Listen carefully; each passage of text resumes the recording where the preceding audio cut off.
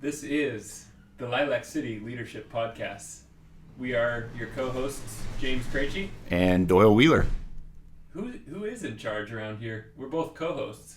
Yeah, so I think it's you. So, yeah, That's less pressure on me. I don't want that pressure, but here we are. And as listeners out there know, this is a podcast that explores a lot of different avenues of leadership, not just your traditional kind of like book leadership, but curiosity about, how different leadership styles work. There's not one style that just is universal. There's a bunch of different flavors and styles that people use, and we like to figure out why does that work, and this other completely different style works as well. So that's why we're excited about this topic, and hopefully listeners will listen and enjoy it as well. So I think they will. You might want to grab a cup of coffee. Because our guest on the show today is Deborah Bernardo, and I'm actually gonna change that to the official Italian pronunciation. Good try. I'm gonna give it a shot. Deborah Bernardo. Sì, grazie. Was that pretty good? Grazie. Yeah, and actually it's not Italian, it's Italian. Italian. Oh, I knew I had a mistake. Italiano. So, and Deb, I think you go by Deb. I do. Owner and founder of Roast House Coffee.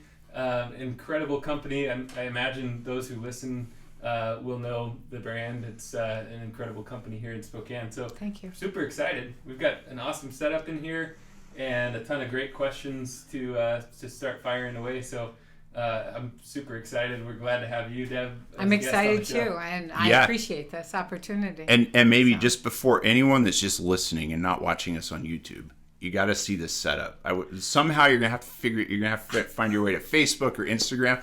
We're sitting on top of, well, they're not garbage cans at a coffee roastery. They're storage units for awesome roasted beans. Uh-huh. Yeah. Anyway, we're making things happen. It's they are fun. food grade. These are versatile and sterile. Too, food grade plastic bins to house roasted coffee. And this is how we do things on this podcast. It's one time we were in the mayor's office and we had this equipment all over her desk, and here we are with these equipment grade bins. Yeah, and makes us mobile. Yeah, that's awesome. We go to them. Yeah, that's right. Or we come to you. Yeah. These bins are multi-purpose. Sometimes we push them across the floor and jump on them because they're on wheels. Do spread eagle sailing. That's awesome. Bin races. Yeah, literally. Well, yeah, we've been talking up a storm here. Maybe Deb, you want to introduce yourself so that anyone who doesn't know you knows you better? I have discovered a lot of people don't know me. So Deborah started this roasting company 11 years ago, and what we do, just great organic, fair trade, shade grown, bird friendly, women alliance coffees, and awesome. And we have a damned good time. Great. Anything else you want to share? Because that really summarized everything. It summarized everything. It's like, how many times have you had to write your bio? That was pretty good. Listen, so, okay, here's another piece of information. So in the last 7 years, 20 of our coffees have won gold, bronze, or silver medals as best in North America. No way. Yes, by the largest coffee competition in the world, Golden Bean. And let's see what. Oh, and then we were also noted last year as one of the top 30 roasters in North America. Wow. And it's interesting because we have greater recognition nationally than we do here in Spokane. Yeah. Seriously. Yeah.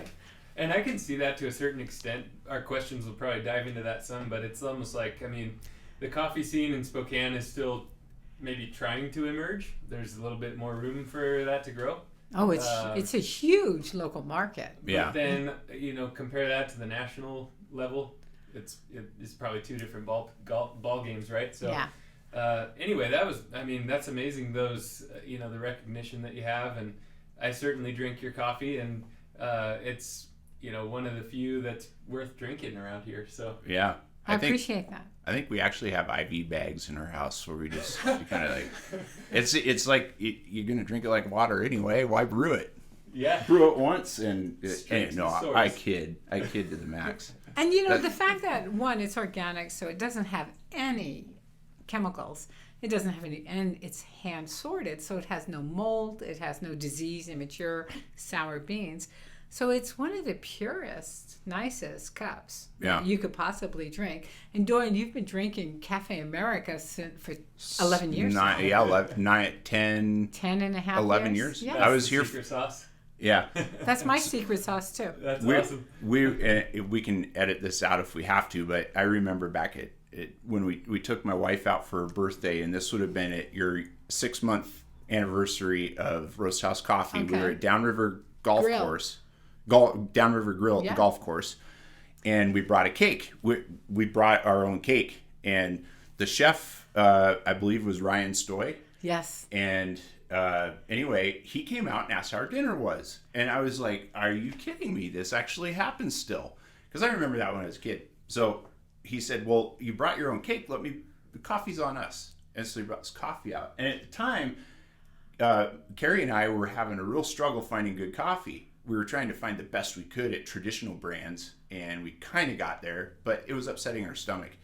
And we tried that coffee, and we both looked at each other and were like, got to figure out where this came from. And he gave us your phone number, and it was within a week I called you. Mm-hmm. And then I had this connection, and then over time it turned into, I got to go see what this is about. And you invited me on Twitter at your 1-year anniversary to come to the roastery for your anniversary party. Yeah. So that's forgot where about that. the Cool is face-to-face actually started happening. And that is really a motivation for being here. And I can't wait to dive into this, because I think a lot of the answers we're going to get from you are going to back up things I've been telling everybody for 10 years about how to deal with their business because of the way Deb did it. Wow. So there's that. No pressure. No pressure whatsoever. Sorry, I kind of stole some thunder from your intro. Please, no. But I love hearing, I think before we dive into leadership topics, like the day that you decided to make this a business, you were maybe, I don't know, drinking some Folgers coffee, and you were like, this is terrible, I could do it way better, let's go. But what did that look like for you? Oh, that's crazy. And that's loaded. So I actually was working for a local roaster, and I had learned so much about coffee. Mm-hmm. The effect it was having on the earth, how this is one of the most toxic crops grown that we consume. Okay. And the impact it was having on the communities that were growing it. They weren't making living wages, so they would go hungry. Yeah. And it's known throughout the world in those coffee regions that they have a hungry season. Yeah. So as I'm working to maximize profits for this company, I'm realizing that the people we're profiting from are going hungry, they say up to 6 months, 3 to 6 months a year. Wow. Their children not only are not getting fed, but they're not getting educated. The families break apart because of the extreme poverty. The men leave, go somewhere else trying to make money, and of course no other country in the world wants them. So it was just a cluster, and it was a pretty awful way to make money or to pursue money. Yeah. So I drove my boss absolutely nuts as I was encouraging him to pay fair trade prices, only buy organic coffees, so that we wouldn't have a negative impact on the earth. But since organic coffees are good, organic coffees are minimum 100% more expensive. And then fair trade, well, let's just add more to that. Mm-hmm. Yeah. And then if you want to support women farmers, then there's a women premium you can pay too. So you could easily double and triple your cost just for an entry-level, basic, nice coffee. Gotcha. So after a while, after a year or two of me making him nuts, he asked me to leave his company and go start my own if I thought I could make it. So game on. Game on. That's awesome. Yeah, that's cool. And I mean, fair trade is now this cool thing, right? But it sounds like you were doing it before it was cool. I mean, fair trade before fair trade was cool. Yeah. Yeah, I think in the coffee industry, we were aware of it for a long time. Yeah. But I think the public is now used to it and very much aware of it across the spectrum of most any foods, and also tangible materials like cotton, leathers, anything that can be made by a group of people can be fairly traded. Right. Boom. Defined. Fairly traded, living wage for what they do. And I'll be totally transparent. Like this will come out in this podcast, but when I started understanding your mission back in 10 years ago, I was after the good coffee. And at that time, I didn't even care. It's like, oh my word, I had coffee, I can drink it black, and I don't get sick. And so we start talking to others about it. They come over and they have it. Oh, well, where did you get this? And I'm like, oh, it's this awesome roastery downtown, and you got to go see Deb and talk to her. And they're like, well, is this like, got something behind it? And I couldn't explain it because I didn't fully understand. I never took the time to listen to what you were doing. And then you had an event here and you had somebody on FaceTime from one of your coffee farms. That's right, from Guatemala. And just that passion, that connection between the people growing the beans that you're roasting and selling in Spokane, Washington. It was like, okay, I need to understand this a little more. And so as I did, it actually didn't change the way the coffee tasted at all, but it put a value on me feeling better. Like, I already was feeling better. It's hard to articulate the words, but it created a relationship. Between you, the product, and the grower. Yes. The producer. And I think that's what's missing across the spectrum when it comes to almost anything we consume, we buy. So, I mean, again, from cotton to coffee, to, anything. It goes way beyond the grocery store where you're purchasing it. It's coming from somewhere. It's having an impact, and that whole chain of distributors and producers and it's huge. And the one that always pays the most, or not pays the most, but gives up the most and pays the biggest price is the producer. They're the ones that are sick from working in all these chemicals. And again, then living hungry and seeing their children go hungry for months on end. So, we don't know until, like you have this epiphany. All of a sudden it resonated. Well, I would say right now, 90-something% of my customers have no idea that we are fair trade, that we are organic, that we are earth friendly, we're sustainable, nor do they care. All they know is it's good and it doesn't upset their stomach. Yeah. And it doesn't upset their stomach because it's organic and it's hand sorted, so there are no defects to upset your stomach. But I'd say 90-something% of my customers, regardless how often I'm out there saying it, or print it, or Facebook it, or they just don't hear it. And I guess that's okay because we're still able to benefit, right? We profit from their purchases, and then we're able to, pay our farmers living wages for their products. So it's a win-win regardless. Yeah. But it's a special story. Oh man, I'm sorry. I'm like just sitting here thinking, I'm like, you just educated whoever listens to this podcast a new way. I think we'll have to cut this little piece out and make sure that it's a little accentuated. Exactly. And it's so important because coffee, or good coffee, we expect in 20 years 50% of that is gone because of climate change. And that transcends all our foods. So many of our foods right now are threatened due to climate change. And it all comes back to us as consumers because we support foods that aren't grown sustainably. So, my message, or not my message, but my goal with this company has been to open that discussion up, and share the importance of being sustainable consumers. So there you go. Here we are, 11 years into it, and I don't know if we've made much headway, but we're trying. You've made a difference. So we're trying. You fixed one of the most would you say it, naive people in the world. I think most of us. I think most of us. That last 5 minutes brought up a lot of questions. I mean, a lot of answers, but a lot of questions as far as like for other business leaders. Sometimes in the corporate world, it can get too much of numbers on a page and is this going to be profitable and blah, blah, blah.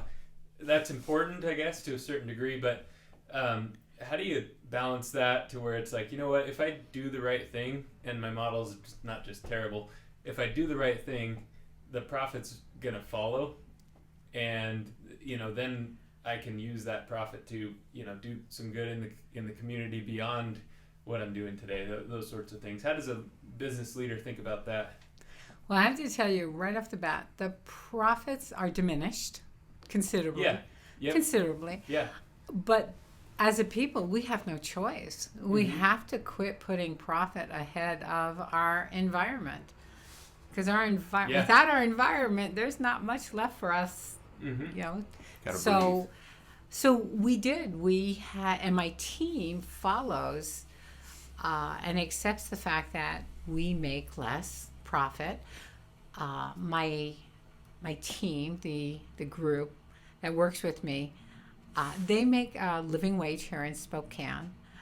I, as a business owner, probably make less than 90% of my employees. But I'm at that point in my life where I'm okay. I don't need to make, unless I am pursuing more expensive cars and second homes and huge European vacations, I'm fine. I live well. I live a good life. Yeah. So.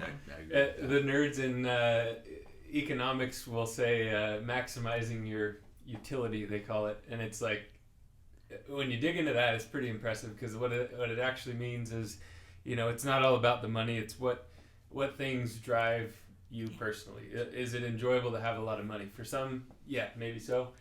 For others, simply the feeling that I'm opening the doors to a greater discussion about food, about coffee, nationally, maybe internationally, and that, I can tell for you, it means a ton.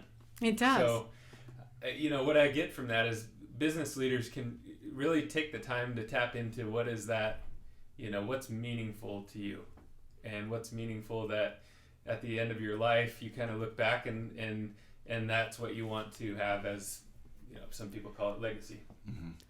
Well, it's going to be really interesting in the next 10 years. Vanilla is 90% gone.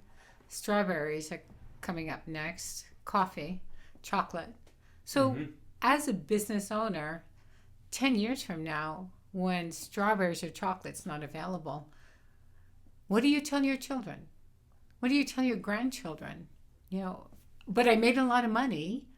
I'm sorry you have no chocolate today. It's all synthetic. It's a chemical that we created to emulate the same taste. Sure. We don't have any real chocolate because I had to make a lot of money. I don't fathom that. I don't understand it. I don't get it. Yeah. It's the ugliest thing I can imagine. I just don't get it. That's an interesting set of statistics. I hear you say that often, and every time I hear it, I'm like, what would I do without chocolate? And I don't mean that in a kidding way. I'm being serious. Every time I hear you say that, I'm instantly thinking, wait, synthetic? Synthetic. How often have I had real chocolate? How often have you had real vanilla? Yeah. Probably never. I've had real vanilla. Seriously. My wife insists on cooking with real vanilla. So, and where do you get it? $300 a pound for vanilla beans. It's you buy a bean sprig and then you break it into something when you're cooking, and that's rare. We usually buy liquid from Costco or whatever. And that has gone up to $30-something for that little bottle. So I know. I don't shop very often at the grocery stores, but once in a while I'll get sent out. And one time, like a year ago, vanilla was on the list, and I see this little bottle, and I looked down, and I just I thought I was losing my vision or something. I mean, it's like $30 for a couple of ounces. I'm just like, this is... It's almost gone. Crazy. It's almost gone. This is great. So, and the majority of people, or your children and your grandchildren, when that happens, won't even know the difference because the transition between real and chemicals is going to be seamless for them. You'll notice and it'll affect you, but they won't. So they'll accept the chemicals. But now they have another whole layer of chemicals that they're consuming on a daily basis. Yeah. And to me, that's just crazy. And our earth is to support us. And here we're turning around and we're destroying it at this astronomical rate. But we don't feel threatened by that because we know that all these chemical companies will somehow or another create something for us. We don't even miss it. It's seamless. Yeah, because technology's so good this time It is. in our lives. You know, it's the most technologically advanced generation in world history. Smartest people ever born are right now, and so there will be a way, and you will not know that your smooth milk chocolate is a chemical. It won't. You won't know. Well, you'll know. You'll know. It's got it legally. You'll probably know in some way, but. But it's just not right. It's not right to take that which we have been handed and befoul it and destroy it just for the sake of making more money. Yeah. I mean, I live really well. Goes right down to the mantra that, well, it's not even a mantra. It's actually, I'm living it. So, and you are too. And I believe James is as well. And probably a majority of Americans feel this way. If you put in the work and you work really hard and do it with integrity, you're going to be rewarded. Like, you will do well. It doesn't mean you'll be rich, but you will do well. And it's the people you bring along with you in that journey. And it's like, I've learned a lot from you over the years about making sure that the people around me are taken care of before myself. And that, again, it's integrity. It comes back. It always does. Doing a good job is the best thing you can do. And as when we started this company and for the last 11 years, I've had the best, the craziest, most wonderful people come into my life. I have the most joyous life. Yes, I live in a smaller house and I drive older cars. Except, Doyle, I don't think you know, but I got a new PHEV Mitsubishi. So a hybrid. Nice. Yeah, 2 years ago. Yeah. Awesome. So this is my first new car in 10 years. You had a rattle. I remember I was trying to help you find the rattle under the glove box. That's right. So, so I do. I live this incredible life because of the people who come into my life. And I think about the years, and we can go back to this because I know we didn't mention it, but for the 15, 20 years, we had my ex-husband and I had a very large divorce bankruptcy practice, and we made tons of money. Those weren't happy, wonderful times. I consumed a lot. I bought a lot. I had great purchasing power. But life wasn't sweet. And now life, truly, it's just sweet. The people are incredible that come into my life. And that's like, I mean, I'm getting a sense for some people, don't even really necessarily think about, hey, I'm a great leader, Mm-hmm. because I'm able to check things off of this leadership checklist. I get the sense that you just live, but in doing that, you're a leader, in a lot of ways, perhaps without even knowing it. But I do want to dig into like how, if you thought about your leadership style, you've got a great company, you've got great people here that work for you, and it's a success. What would you describe your leadership style as, like, and how you have driven this, right? Oh, my leadership style is very casual, almost no leadership whatsoever. Yeah. I seem to attract people with the same work ethic I have, which is lovely because then you don't have to lead them. You just gently guide. You inform. So everybody knows when they come here what my values are, and if their values don't match, they don't stay. Yeah. Because there is very little leadership. It's like, this is who we are. This is what we do. Let's make this happen. What can you bring to the table?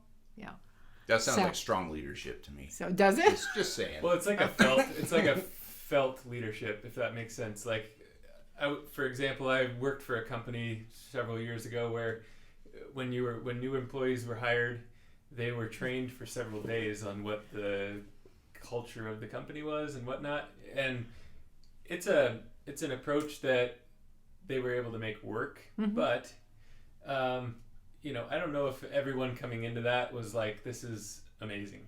Do you know what I'm saying? And if you can go in and just feel, wow, something about this it clicks with me. I know what to expect, even though she hasn't explicitly told me.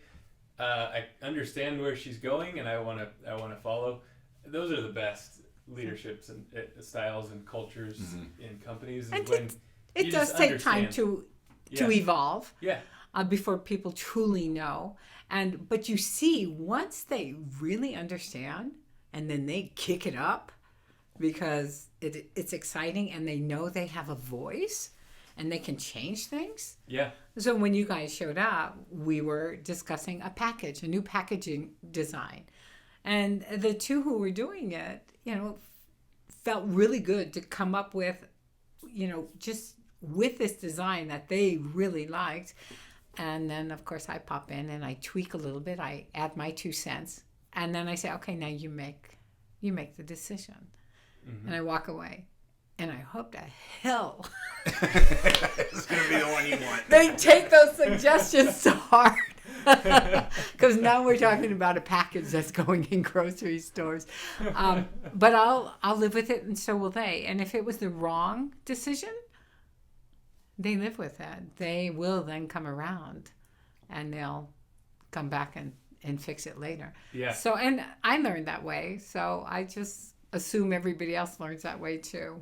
That's pretty cool. I would say, to summarize what you just shared, it sounds like your leadership style is confidence. You're just a confident person. You know what you want. People know what you want, and it either works or it doesn't. I hadn't thought of that. Boom. Boom. Well said, Luke. Woohoo. Well said, Luke. Boom. I didn't mean to put words in your mouth. I love it. Please put words in my mouth. We do that all the time. Like if there's a lack of words, we'll just put them in. Yeah. So no, I'll take it.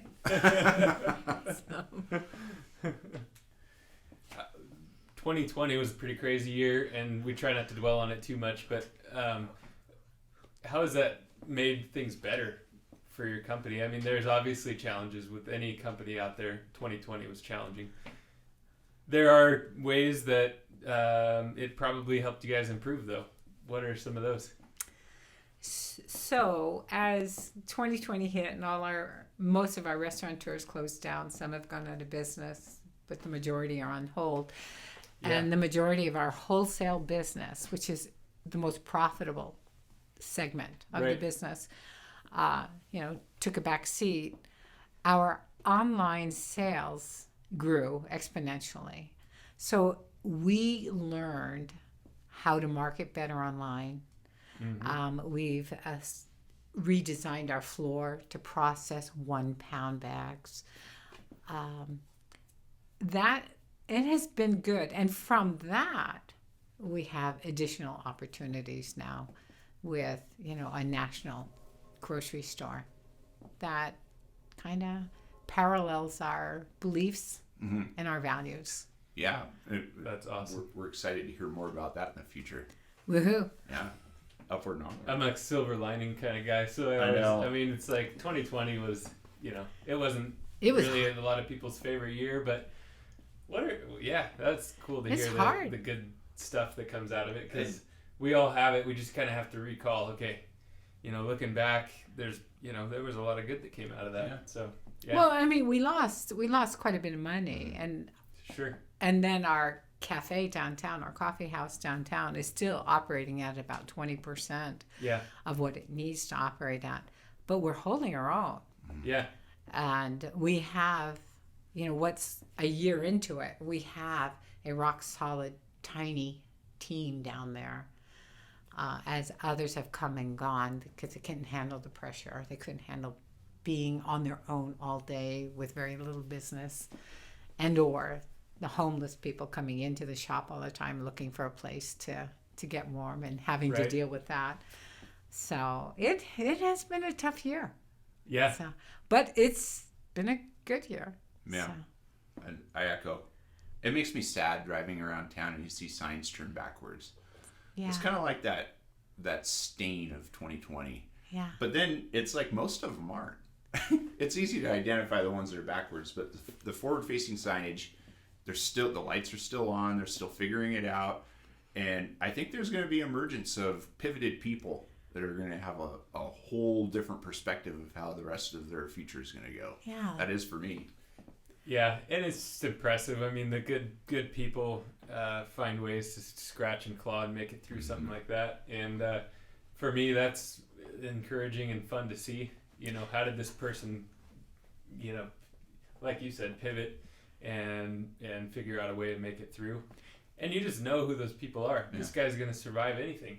Yeah. This gal's going to push through and make it. So, yeah. And some don't, and they won't. And they'll have to change. They'll have to pivot. Yeah. And who will they be in the future? The comeback kids. So, yeah. No, that's rude. The comeback stories. The comeback stories. I like that. So, I like that. Yeah. Rise up like a phoenix from the dust. Rise from the dust like a phoenix. 2021, I've got you. 2020 didn't get you. Nothing will. That's right. I don't know where this is coming from, but it's great. What was in that latte you were drinking there, I know, well, mine's kind of clear. I love the coffee, but it's just a little too early. A little too, it's a little too late. Yeah, well, I'll grab mine on the way out. What's your coffee schedule, Doyle? Yeah. It's sporadic. I try not to drink coffee after 10. Deb, what's your favorite coffee drink? PM. Like, are you an espresso person or? I do appreciate Americanos, so 4 ounces of water, 2 shots of espresso. But primarily at home, I just have a beautiful French press, a thermal French press at home. Yeah. And I drink Cafe America's French press every day. Nice. That's awesome. We have 20, 30 different coffees here in house, and I appreciate them all. But there's nothing other than Cafe America that I take home. It's the only one that goes home with me. Yeah. So you found the one. I do, and we worked very hard to create that coffee. It's a blend of Central American beans, roasted just to a medium light. Yeah. And it tastes very much like an Italian European coffee, like Italy coffee, if you've had that. And I actually used my family in Italy to help me create this coffee. They sent me their favorite beans, and we did our damnedest to recreate that taste based on what we were getting from family. And then when family would be here, we'd have them taste. We'd do a blind tasting because they would, when I would ask them, well, what do you think? They would just go, Deborah. Like, what the hell? What? Come on, you're American. You can't figure this out. So you have to do blind tasting so that they didn't know that they were getting my coffee. And when they would continuously choose my coffee over the imports. Boom. You were like, boom, we have this. Nailed it. We have this. This is good. The coffee leader was and born. it is. It's just, I think it's the most perfect thing we've done. It's just all chocolate notes. Chocolate, a little almond note. Mm-hmm. Just perfect. Agreed. Perfect. I'll just throw this in there. If you've never tried it, go get your taste buds on a true Americano with Cafe de Americas in it. Find yourself to Roast House, get it at the grocery store. Just do it. Totally worth it. Or come it's here. It's an experience. Come here because we do free tastings at the warehouse. Yeah. So, and we do that because every one of us have different tastes. Mm-hmm. So Sumatrans are so wildly different than Central Americans. I don't really care to drink Sumatran coffee typically because of the cedar, nutmeg, cigar type taste. Mm-hmm. And then you have your African coffees that could be so fruity and so bright and light. So we created the tasting room, what was that, Doyle, about 5 years ago? 6 years ago? 6 years ago. 6 years ago. And we did it specifically so that people could come in and without having to invest in a pound of coffee, they could taste their way through as many of our coffees as they want at no charge. Yeah. Till they find the coffee they love. Right. So it works perfectly because very seldom do we have people call and complain that they bought something they didn't like. Yeah. And if they do, we tell them to bring it on in. We'll replace it with something else, but they have to find what they like by tasting their way through coffees. So you're still doing that? Where Oh, is that all at? the time, right here. Yeah, right here. Right here. I That's gotta what do that. That's what that front room that. was about. I think I'm an African coffee kind of guy. I kind of like the. Is that you were saying that's the fruity notes? Fruity and stuff? Yeah, and light and bright. that, yeah. There's Typically. one Working Elf blend. Working Elves had And quite a bit seasonal. of African in it. Yeah. And a friend of it's our friend Chad. Oh, yeah. Chad White? He'll take a long look at all the grocery stores around Thanksgiving, Christmas time to try to find the Working Elf blend. So It's funny. I found a bag and I sent him a picture this year, and he's like, "Man, where did you get that? I would pay $30 for that thing if you want Did to you sell tell him it's online during the Christmas season?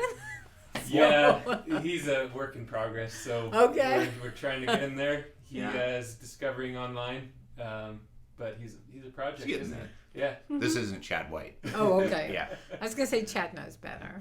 So It's and that oh boy, we could keep going here. But the Working Elf blend is super cool because it's like the day after Friday after Thanksgiving it comes out, and it is gone on the 24th, and there's no questions. It is gone. You get 300 and I'm gonna guess 358 days until the next chance to get it. we will to customers who walk through this door here at the warehouse, we will blend it for them. Oh, okay. Gotcha. We'll blend up 1 pound just for them. If somebody has the wherewithal to come in here and ask for it, and we have the beans, we'll do it. Nice. So, Chad, if you're listening out there, we'd like you to stop by. What's the address here? it's 423. 423. 423 East Cleveland. East Cleveland. And get your Working Elf blend fix. So. Awesome. You know what's really funny about this whole it's like this conversation's unfolding, and I keep looking at the questions like check. Did we do that? Did we do that? Well, there's We one. just kind of naturally are covering everything, right? Yeah, And this is it's- great because Deb's a natural leader apparently. Oh! Whoa! Whoa! She won't own it, but we can prove it. Okay, let's see. So there's a perspective I'm trying to draw here, and you pretty much hit the whole thing. But this is coming from the newbie. Okay, I'm standing for the newbies, the coffee newbie, and it's intimidating, right? So I didn't understand coffee, and I immersed myself in the culture of coffee, and it's amazing what's out there. So I'm just gonna read this question verbatim. Being the coffee expert, what's your leadership perspective between knowing everything about coffee, but then sharing that with people who are hyped on coffee or think they know it all or they're newbies? You know, it's so much fun because I can share far too much. Far too much with people. But the nice thing is when you have somebody come in and they are asking questions, is the first thing you do is ask them if they like light, medium, or dark coffee. And then you brew a cup as you're talking, because we have the Mod Bar pour over towers out there. So we brew that cup and then we just talk. We also have beans. We have different quality green coffee beans. So as the coffee is brewing, we're just looking at the beans and we're discussing the difference. And it's really obvious with the lower quality beans. There's a bunch of mold, diseased, immature beans in there versus, the quality we buy, which the beans look almost identical. So at times I think I overwhelm people, but generally if I can just get a cup of coffee in their hands, then they're open, they're receptive. Well, and I think that first cup really surprises them. If it's the first time they've had our coffee, again, that hand sorted, because you have organic coffees out there, and you have organic coffee in a grocery store that goes for half the price of our $14 a pound coffee. And the difference, the taste difference is dramatic because this one is mechanized sorted. So it's just full of diseased, immature sour beans and a lot of mold versus ours. So when they do drink it, they're surprised. So that always opens the door because they usually will say something. And then we just start and usually can't cover it all. And they usually don't retain very much. And then they come back and we do it again, and we do it again. And we have people that come in every week, and they taste coffee every week, and they've been coming for years. That's awesome. And they just want to taste what's the newest thing you have. And it's just a nice, easy social process. So there's very little pressure. I don't ever have to coerce anybody. I don't ever have to convince them that my coffee is good. I just have to get it in their mouths. Yeah. So. That's awesome. Had to get that question in. Thank you. Yeah. I will passionately stand up for the newbie coffee drinker because they're all out there. Yeah. But I'd say 10% of coffee drinkers actually appreciate coffee. Yeah. I'm always asked, so like, you're a coffee snob. Nope, I'm not. I love coffee. I picked the right one. However, I have every brew method possible in one counter. We built a coffee bar in our house just to AeroPress and French press and pour over. And now I have an espresso machine. It never ends. We have so many friends like you. It just cracks me up. And they share the pictures on Instagram or Facebook. I have a French press at home. That's it. Yeah, I have nothing else. Well, yeah, but you got a whole coffee shop and a coffee bar in your life. I know. People say, really? You don't have an espresso machine at home? It's like, no, but I have $100,000 worth of equipment right here. So, and then I have it in 2 locations. So, yeah. Well said. I think that was good. Yeah. So now it's time for our 7th inning stretch. Nice. You going or am I? Oh, man. I don't know. I'll go. Go.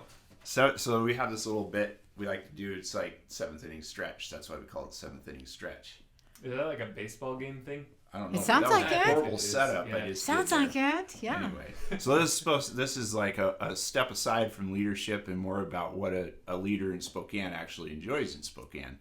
So this is all Spokane centric. What's your favorite Spokane entertainment? I love to ski. Does that qualify? Yes, it does. I love to ski. We're a 4-season city. Yeah, Jim and I, when we're not working and we sneak some time off, we go up to 49. Nice. And just the 2 of us. You just shred. Yeah. Shred up Get there. after it on a snowboard. It's awesome. Ski. And ski. while Jim doesn't drink, he bought me a flask a number of years ago, and I take bourbon with me. And I ski, and I gently sip bourbon on the chairlift. And I hope that nobody up at 49 knows. So. Well, I would imagine there's a lot of similarities to a lot of people. I don't know. That's just my guess. I'm just it's throwing a it out gentle there. sip. It's the upper left. It's just this gentle thing at this point in your life. It's like, wow, I can do this, and I'm careful. Or maybe not, but I think so. So, You just have to go straight down. Skiing is probably my favorite form of entertainment. You know, I've been a bicyclist for a long time, and I typically ride my bike all year long. So I have studded snows for my bicycle, and so that has been, a glorious Yeah. form of exercise and mind clearing. And calming for me. So if I'm really stressed and having a really tough time, when you leave here from, let's just say, downtown, and you have to go all the way up to the top of the South Hill, your mind is clear when you get up there. Whatever was bothering you is gone. So I'm not much for, I guess, anything else. I don't do baseball, football, bowling. I mean, there's enough excitement in those 2 things, though, to last a long time. Yeah, I'd say so. You could bike here to the top of 49 and then do some skiing. Holy cow. There's a lot of ideas that come to mind. Yeah. Okay, I think I know the answer to this. Can't wait to hear Boy, the you true do, honest don't you? answer. Favorite Spokane restaurant is? Italia Trattoria. You better say it one more time. I didn't mean to override you. Oh, Italia Trattoria. So That's Beth down and there in Brown's edition, maybe? it is. Yeah. Beth and Anna. Anna is European trained chef. James Did I Beard? say Anna? I did say Anna, said right? Anna. Yeah, Yeah. good. And Beth was Tom Douglas's general manager of all his restaurants in the Seattle area. And they came here and opened up, and that is the best and the most pure Italian food I've had here. Really? I mean, it's true Italian food. I feel like I'm eating at, with family That's in amazing. Sicily and Italy. It's So, legit. it is legit. Yeah. It's good food. I'm getting super hungry. It's only 2:45 right now, and I'm just like ready for dinner. I'm thinking a tour. Come taste some coffee here at the tasting room, and then going down to. Brown's I'm edition. gonna butcher the name of this. Italia. Italia Trattoria. Yeah. Or just Italia. And then hop on the bike and ride up to the South Hill for another cup of coffee up there. I mean, you could make a whole event out of this. Total event. Yeah. Yeah. And then my totally favorite, agree. so I have to throw this in, but Manitou Tap House is my favorite neighborhood little place. Yeah. What a joy that place is. We So, do only hear good things about them. Yeah. Yeah. Okay. So we've already covered this a couple times, your favorite brewing method. So we'll just skip right over that because we all know it's pour over French press. French press. Woo! Go French press.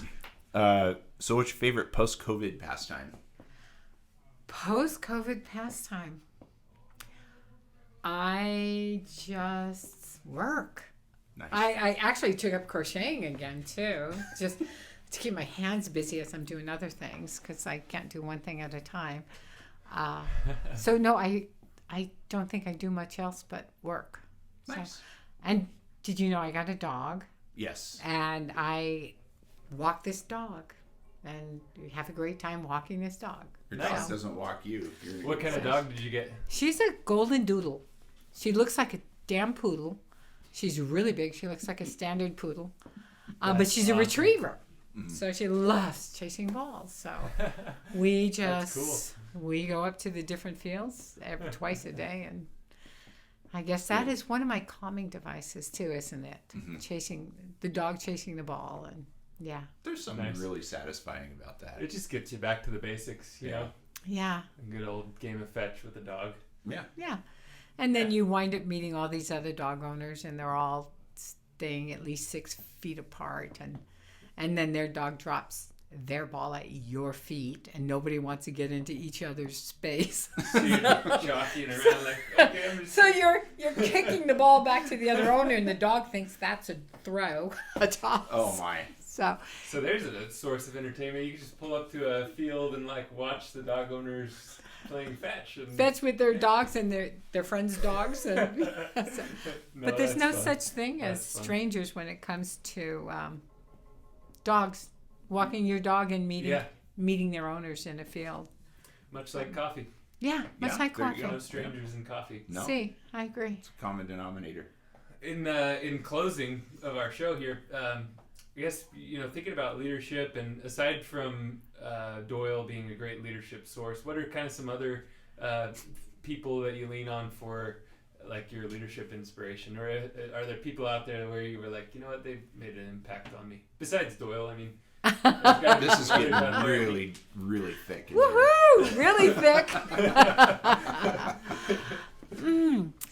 I think all the people I do business with, like Sam at Hogan's, Cammie at Rockwood Bakery, all my wholesale customers, Beth and Anna and Jen at The Scoop, right? And Joy Lee at Bruncheonette, and Adam. Oh my gosh, Adam at Wandering Table Yards, and those people, we've all grown together, and we all offer each other things, and we all take from each other. So what a phenomenal group who's helped me develop. And and if I can reciprocate, whoa, that feels so good. That feels so great. Now, the coffee importers I work with, we work with a company called Sustainable Harvest. It's the largest importer of sustainable coffees in the world. And David Griswold, who owns that company, he is phenomenal, that man. He flew me to Africa 2 years ago, flew us to Mexico, to meet the farmers and to be a part of different conferences. He is probably the most incredible man I have ever met. He dazzles me, great. and he has had this huge impact. And he solidified, because I didn't know him until about 5 years ago. So here I was just struggling trying to create this sustainable coffee model. And then I find David at a coffee show, an international coffee show. Yeah. And boom, It's awesome. all the answers are right there. How to, when to. It was fabulous. This is becoming a common thread in the podcast that we hear, like James and I, we're on the internet. We see common themes from mainstream influencers about leadership, whether it's Gary Vee or the rest are slipping my mind, Grant Cardone, whatever.